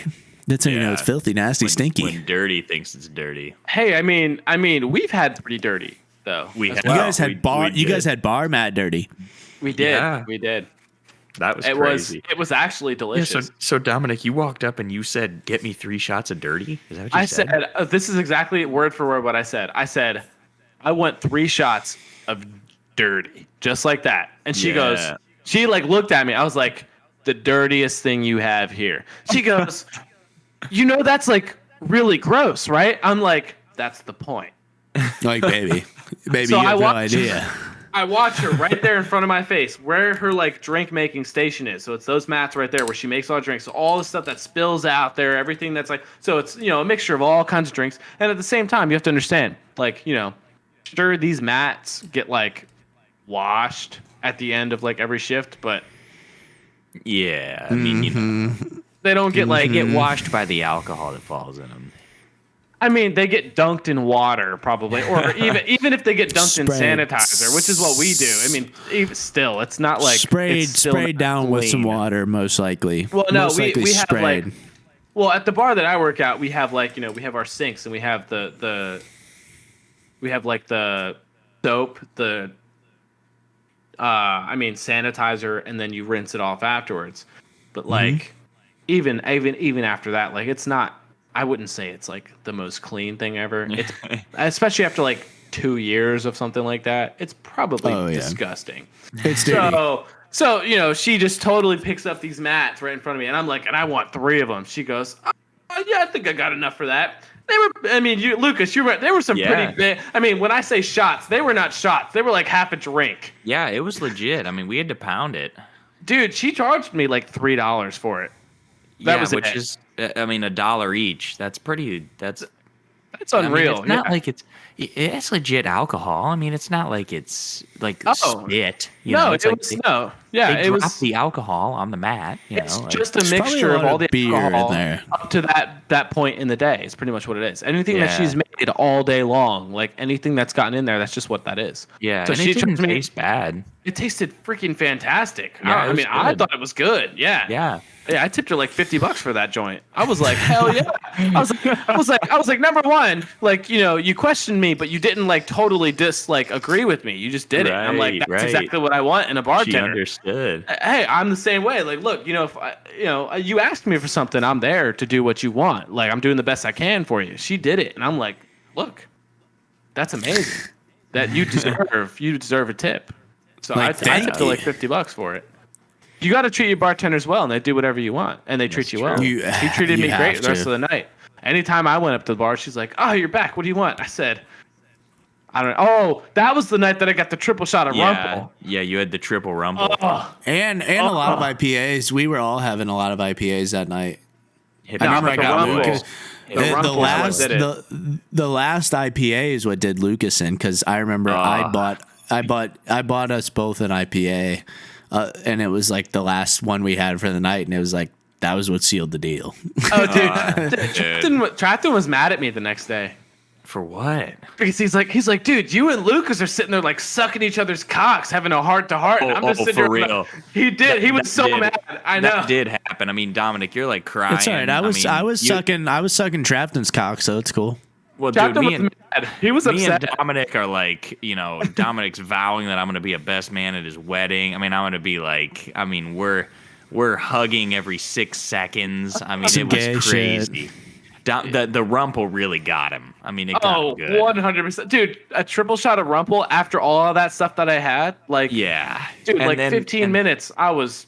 Then we're eating glizzies and you're hugging me with a glizzy. I mean, it was very touchy. Trapton was jealous, is what it was. He was very jealous. It's fair. He, I mean, he wishes that it was him. the love that, That was you a and good I night. have is fair to be jealous over. Dude, we went to Asheville together. I mean, it was crazy. I mean, this is Yeah. like, you this guys is a might as well different be level. married. We might as well. We might. That as was a well. good It was night. Crazy. Trapton was upset though. So- Yeah, the next day he was very That's upset. so funny. I didn't know that. That's Yeah, he awesome. told me, he's like, dude, yeah, you and Lucas are over there sucking each other's cocks, and I'm just sitting over here like hanging out with Sarah and you know, it was just awkward. I'm Fuck the yeah, dude, chicks, dude. Of course we're sucking each other's cocks. You got nice cocks. like Trapton, Exactly. you know, like we're cool with threesomes, right? Like you totally could have joined. It just And he's like, jump right in. I didn't want to interrupt. It's like, dude, we're trying to have a fucking awesome last night together. Except it wasn't our last night, but last night with Well, Trapton. Well, That was- I mean, that was honestly, actually a lot of for me, that feels like the last night. For all Last of us. party.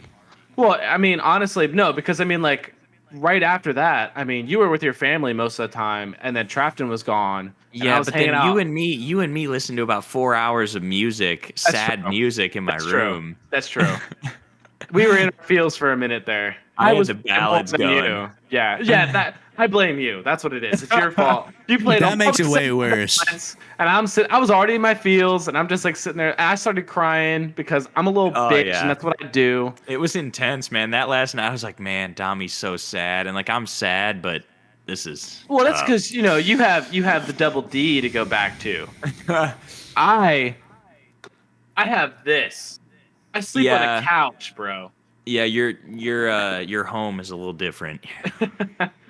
Yeah. So, boys, we're at 2 hours right now on the minute. That's a Nice. long Should we time. Should we That's call perfect. it? You think we should call it a show?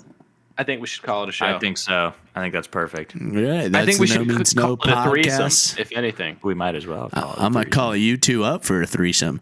That's the No Means No podcast, episode 1.